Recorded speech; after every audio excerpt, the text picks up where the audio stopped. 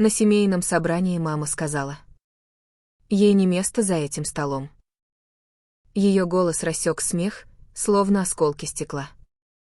Вилки с грохотом упали на тарелки. Разговоры замерли на полуслове. И все взгляды за длинным столом из красного дерева обернулись ко мне. Горло жгло, но я отказалась дать им удовлетворение увидеть, как я вздрогну. Моя мать, Линда, усмехнулась, будто только что нанесла идеальный удар. Моя сестра Хейли спрятала ухмылку за бокалом шампанского, а отец, как всегда, неловко поёрзал, но ничего не сказал. Я вцепилась в край стула так крепко, что костяшки пальцев побелели. «Тогда, может, мне и правда не стоит здесь быть», — произнесла я ровно, заставив свой голос не дрогнуть. Я медленно отодвинула стул, и скрежет прозвучал в тишине громче грома. Никто меня не остановил. Ни один человек не сказал ни слова. Молчание оказалось обиднее любого оскорбления. Я вышла. Каждый шаг будто весил по 50 килограммов, но я держала голову высоко. За моей спиной столовая снова взорвалась смехом, перешептываниями и звоном бокалов, словно моего существования можно было стереть за несколько секунд. Но они не заметили одного человека, который не смеялся. Мой дед, Генри Донован, его пронзительно-голубые глаза провожали меня, пока я исчезала в коридоре. Он был самым старшим за этим столом, но держался, как человек, все еще владеющий любой комнатой, в которую входил. Через 5 минут я услышала шарканье его трости позади себя, на каменной дорожке во дворе. Эмили, его голос был низким, но уверенным. «Не дай им увидеть твои слезы». Я обернулась, прикусив губу, но слезы все равно предательски потекли. «Дедушка», она унизила меня перед всеми. Моя собственная мать. Он подошел ближе, положил руку мне на плечо. Его хватка оказалась неожиданно крепкой. «Думаешь, я не понимаю, что она делает? Думаешь, я не замечал, как она с твоей сестрой пытались вытеснить тебя?»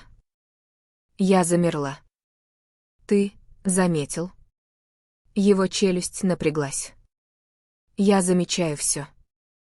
И сегодня они совершили ошибку, после которой возврата уже не будет». В его глазах блеснуло что-то темное, опасное. «А теперь вытри лицо. Дальше я сам разберусь». Не успела я ответить, как он развернулся и один вошел обратно в столовую. Дверь закрылась за ним с глухим ударом, оставив меня дрожать на крыльце. Следующий звук, который я услышала, был не смех. Это была тишина. Густая, удушающая, ошеломленная тишина. Когда я осмелилась заглянуть в окно, каждое лицо за столом побледнело, глаза расширились. Мой дед, Генри, стоял во главе стола и произносил слова, которых я не могла расслышать. Но что бы он ни сказал, это изменило все. Тишина в той столовой давила так, будто сжимала грудь, не давая дышать. И даже находясь снаружи, я ощущала ее через стены тяжесть правды, упавшей, словно камень в спокойное озеро, разгоняя волны по самодовольным лицам, которые еще мгновение назад смеялись надо мной. Мой дед, Генри, стоял во главе стола, опираясь тростью в пол. Его голос был ровным, но резким, как сталь, разрезав тишину. «Стыдитесь все вы», — начал он, обводя взглядом каждого за столом, приковывая к месту, и никто не осмелился пошевелиться. Улыбка моей матери дрогнула. Бокал шампанского в руке моей сестры заметно задрожал, а отец неловко поёрзал на стуле, разрываясь между верностью, которой он никогда не давал мне, и силой слов собственного отца. «Вы хоть понимаете, что только что сделали?» Его голос резал воздух. «Вы унизили мою внучку перед всей семьей. И ради чего? Чтобы потешить свое тщеславие? Чтобы притвориться, будто она хуже вас?» Его трость с грохотом ударила о деревянный пол, и звук прокатился эхом по комнате, заставив вздрогнуть даже самых младших кузенов. «Позвольте мне напомнить вам кое-что, о чем вы, похоже, не знаете. Или, может быть, предпочли забыть. Эмили единственная в этой семье, кто был рядом со мной, когда я лежал в больнице в прошлом году. Она сидела со мной ночами, когда сердце отказывалось биться ровно. Когда дыхание становилось прерывистым. когда я думал, что закрою глаза в последний раз. Ни Линда. Ни Хейли. Никто из вас, кто называет себя семьей. Это Эмили осталась. Его голос слегка дрогнул, но от этого гнев только разгорался сильнее. Рука, дрожащая от напряжения, указывала прямо на мою мать. «Ты считаешь, что имеешь право сказать, будто ей не место за этим столом? Так вот, запомните, без нее этого стола вообще бы не существовало. Потому что только она оказалась рядом тогда, когда это действительно имело значение». Я смотрела из окна, чувствуя, как сжимается грудь. Слезы текли свободно, пока его слова падали, словно удары молота, разбивая в щепки ложную гордость и отравленный смех, наполнявшие комнату всего несколько минут назад. Моя мать попыталась заговорить, заикаясь. «Папа, ты не понимаешь». Но он резко оборвал ее, снова ударив тростью о пол. Его глаза сверкнули огнем. «Я понимаю куда больше, чем ты думаешь. Я видел твою жестокость, Линда. То, как ты с Хейли шепчешься за ее спиной. То, как ты при каждом удобном случае заставляла ее чувствовать себя ничтожной. И я слишком долго молчал. Дольше, чем следовало. Но сегодня я молчать не буду. Вы сделали ее чужой в собственной семье. И этого я вам не прощу». Комната застыла, никто не осмеливался встретиться с его глазами. А потом его следующие слова прозвучали, как раскат грома. «Раз вы так уверены, что Эмили здесь не место, я скажу вам, где ее место. Она принадлежит мне. Она моя наследница. Все, чего я добился, каждое состояние этой семьи, каждая доля в бизнесе, каждая собственность, все это достанется ей. Не вам. Не Хейли. Ни никому из тех, кто сидит здесь и думал, что, издеваясь над ней, становится выше. Она та, кому я доверяю продолжить мое наследие». В комнате раздались пораженные вздохи. Бокал Хейли выскользнул из ее руки и с грохотом разбился о пол. Лицо моего отца побледнело, а губы матери приоткрылись в неверии, словно земля ушла из-под ног. Кузены переглянулись в панике, понимая, что баланс сил изменился в одно мгновение. Те самые люди, которые смеялись, когда я уходила из-за стола, теперь сидели бледные и дрожащие, лишенные своей надменности. «Если ей не место за этим столом, значит, и вам всем здесь не место», — продолжил дед, его голос был низким, но опасным, каждое слово звучало как приговор. «Эмили сама решит, кто останется частью этой семьи, а кто нет. Потому что сегодня я увидел ваши настоящие лица. И всем вам должно быть стыдно». Он резко развернулся, трость гулко отбивала шаги по полу, и звук его шагов казался громче той тишины, что осталась позади. Когда дверь снова открылась и он вышел на крыльцо один, его лицо оставалось суровым, но взгляд смягчился, когда он посмотрел на меня. «Все сделано», — сказал он просто, легко коснувшись моего плеча в редком проявлении нежности. «Пусть теперь сидят в своем собственном стыде». Я сглотнула, не находя слов. Сердце билось так сильно, что, казалось, готово вырваться из груди.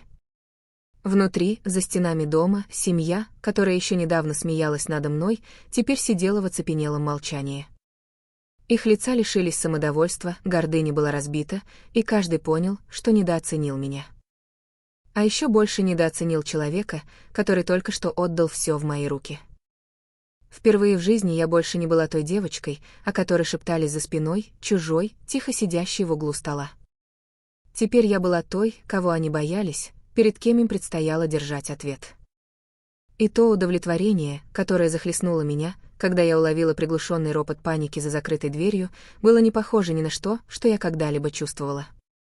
В тот момент, когда слова моего деда окончательно дошли до них, атмосфера в столовой треснула, превращаясь в хаос, укутанный тишиной. Такой тишиной, где мысли каждого кричали громче, чем решались их голоса. Сквозь окно я видела, как лицо Хейли налилось яростью, и ее пальцы так сжали салфетку, что та разорвалась на куски. Моя мать застыла, будто ее только что ударили. Отец смотрел пустым взглядом на стол, словно рисунок древесины мог поглотить его целиком. А кузены переглядывались, нервно оценивая, на чью сторону им теперь лучше встать. Дед объявил меня наследницей ту, которую все считали чужой, девчонку, над которой они издевались, пренебрегали и унижали при каждой возможности.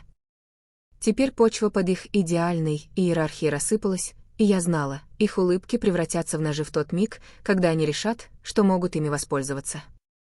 Я отступила глубже в тень крыльца, когда в комнате, наконец, взорвался ропот. Голос Хейли прорезал его, пронзительный и ядовитый. Это нелепо. Она ничего не сделала. Она этого не заслуживает. Это я все время была рядом. Это я все заслужила. Моя мать, уязвленная в своем гордом самолюбии, добавила. «Папа, ты не можешь просто отдать ей все из жалости. Она слабая. Она безответственная». Но дедовская трость снова с грохотом ударила о пол, и даже снаружи я услышала, как все разом стихли. «Никогда больше не смейте говорить о ней так». Прогремел он, и сила его голоса заставила люстру над столом дрогнуть. «Вы рассуждаете о том, что она заслуживает. Она заслуживает всего.